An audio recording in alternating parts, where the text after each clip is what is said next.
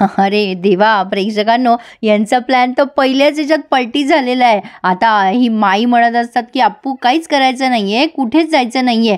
शशांक पण म्हणत असतो मलाही अजिबात पटत नाहीये हे सगळं, काहीच गरज नाहीये तिथे जाणं वगैरे. किती रिस्क आहे अपूर्वा, तुला कळत कसं नाहीये? सुवाई म्हणत असतात हे बघ बाळा, ऐक ना, तू म्हणतेस ना त्यात तथ्य आहे. अगं जरा जरी वर खाली झालं ना तर गोत्यात याल सगळे. अप्पू म्हणत असेल तुम्हाला काही सुचत असेल तर तुम्ही सांगा. तो साधा सुद्धा माणूस नाहीये, तो खूप डेंजर आहे. बरं आता अप्पू असं पण सांगते आणि यांना घाबरवून पण देतीये आणि अप्पू म्हणते की मी सांगितलं तोच प्लॅन करेक्ट आहे. पण आता पन्ना काकू चिडते आणि माई सुद्धा. माई म्हणतात तू का हट्टाला पेटतीयस, आम्ही नाही म्हणतोय तर. पन्ना काकू म्हणते की सगळ्यांच्याच जीवावर उदार व्हायचंय का तुला?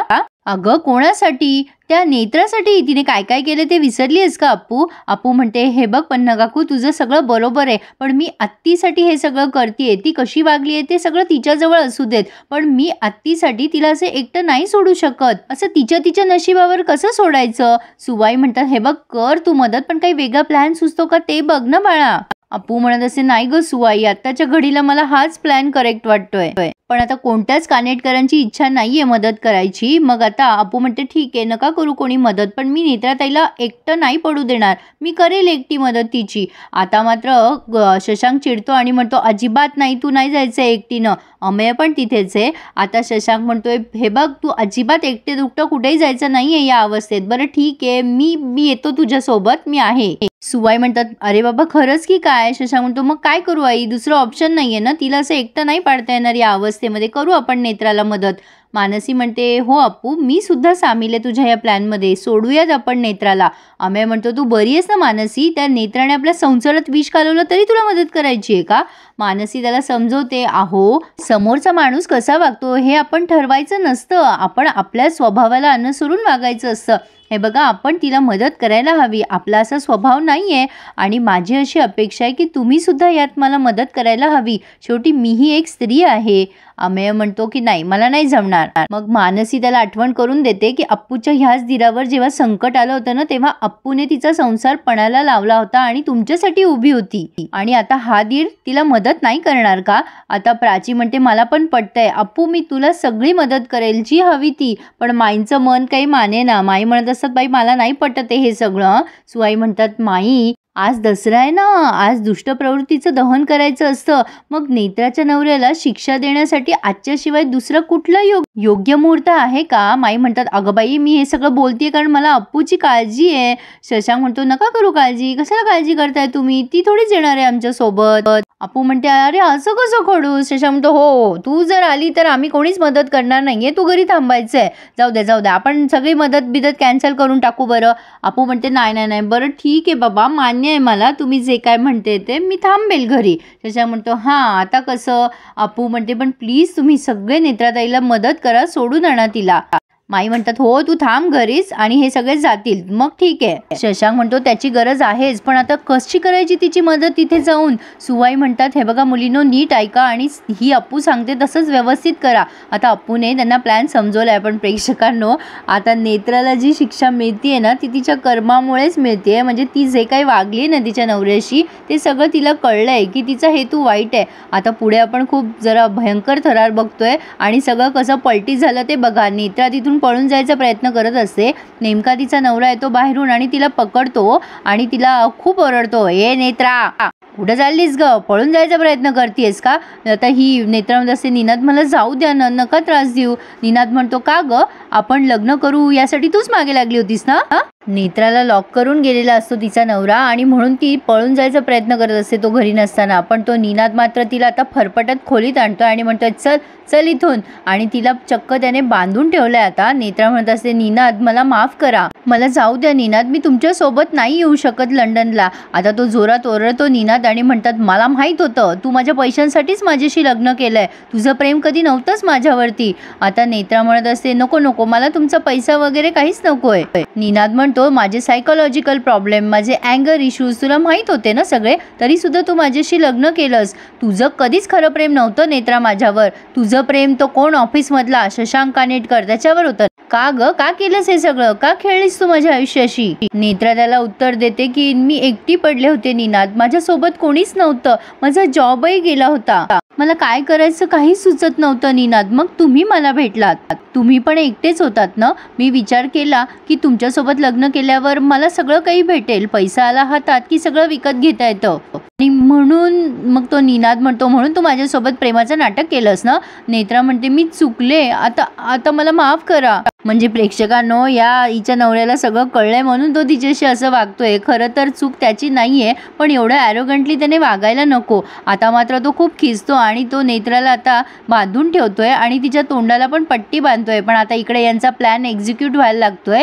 अमेय आलाय. आता हा विचार करतो कोण आला असेल आणि त्याने नेत्राला तिथे बांधून ठेवलंय. तिच्या तोंडावर चिकट पट्टी लावली आणि तिथे गेलाय बाहेर. अमेय आलेला असतो सुरुवातीला. अमेय म्हणत असतो, प्लंबर आहे मी, प्लंबर. निनाद म्हणतोय, कोणी बोलवलं तुम्हाला, आत कसे काय घुसताय तुम्ही. अमेय म्हणत असतो, अहो मॅडमनी बोलवलं, मॅडमनी. प्लंबर आहे मी, प्लंबर. इकडे तिकडे बघायला लागतो तो आणि डायरेक्ट किचनमध्ये घुसतोय अमेय. आता तो निनाद म्हणतो, अरे कुठेच लिकेज नाहीये आमच्याकडे, तुम्हाला सांगितलेलं कळत नाहीये का. पण अमेय जबरदस्ती करत असतो म्हणून निनाद म्हणतो, हो का, आहे का लिकेज, मग थांबतोच मी इथे, करा तुम्ही नीट लिकेज. प्रेक्षकांनो, निनाद अतिशय शार्प आणि स्मार्ट दाखवलाय त्यांनी. आता तो मुद्दाम अमेयला विचारपूस करतो, कुठे राहता तुम्ही, नाही कुठे राहता कुठे तुम्ही. आता अमेयला सुचत नाही काय बोलावं. आता अमेय म्हणतो, अरे इथेच राहतो मी, तसं मी लांबचा आहे पण इथेच राहतो. निनाद त्याला प्रश्न विचारतोय की किती वर्ष झालं काम करताय तुम्ही. अमेय म्हणतो, 10 वर्ष झाले. निनाद म्हणतो, एक काम करा, ही दुसरी जी लाईन आहे ना त्याच्यात चेक करा, तिथे लिकेज आहे.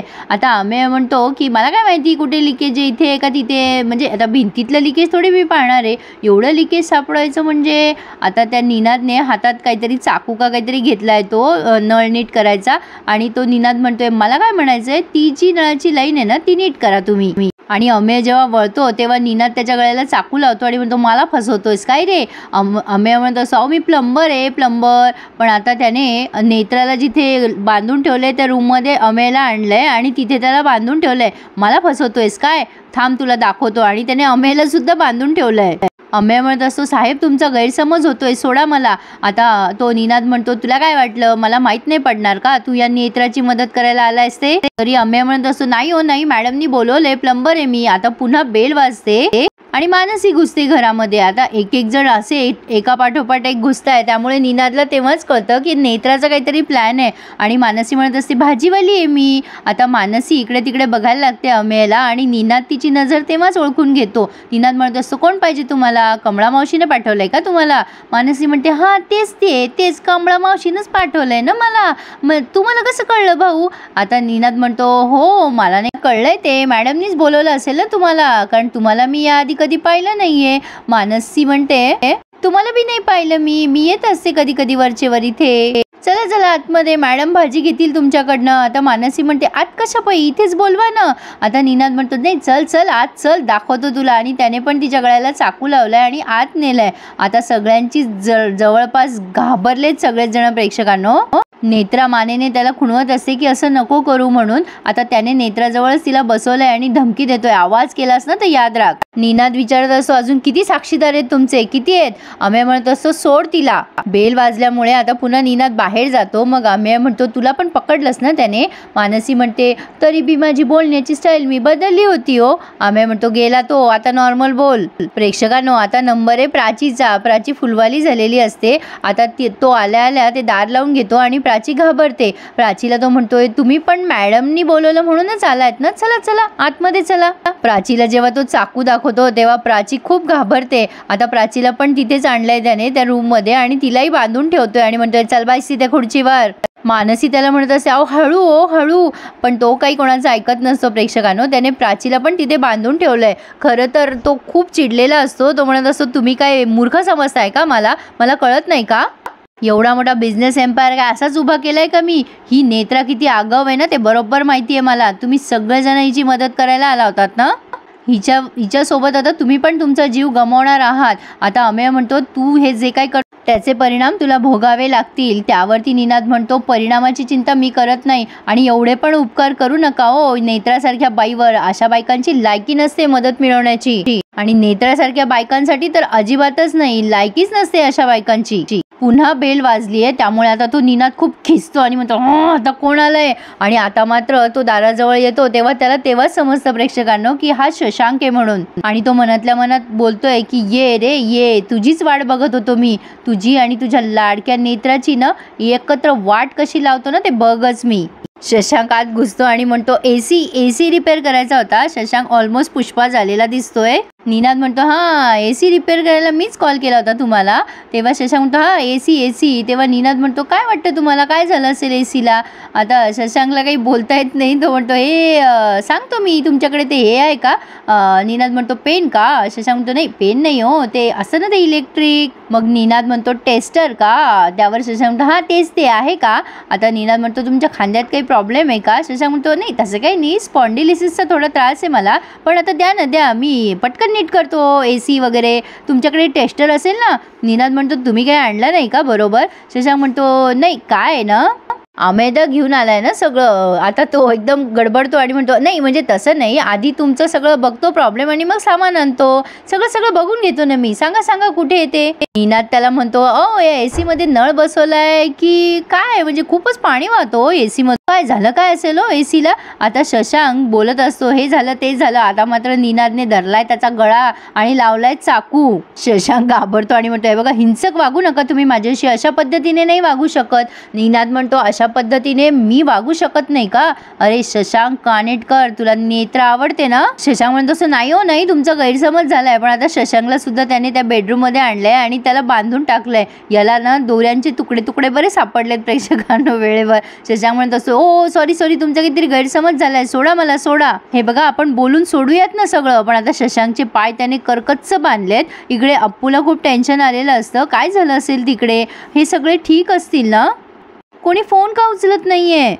निनाद नेत्राला म्हणतो काय गो, मला वाटलं नव्हतं तुझ्यासाठी इतके लोक धावून येतील ते. शिकार तर स्वतःच आली आहे चालून शिकाऱ्याकडे, मग शिकाऱ्याचा काय दोष आहे. आता नेत्राच्या तोंडावरची पट्टी त्याने काढली आहे. नेत्रा म्हणत असते हे बघा त्यांना जाऊ द्या प्लीज, तुमचा राग माझ्यावर आहे ना, माझा जीव घ्या ना, या सगळ्यांना सोडून द्या प्लीज.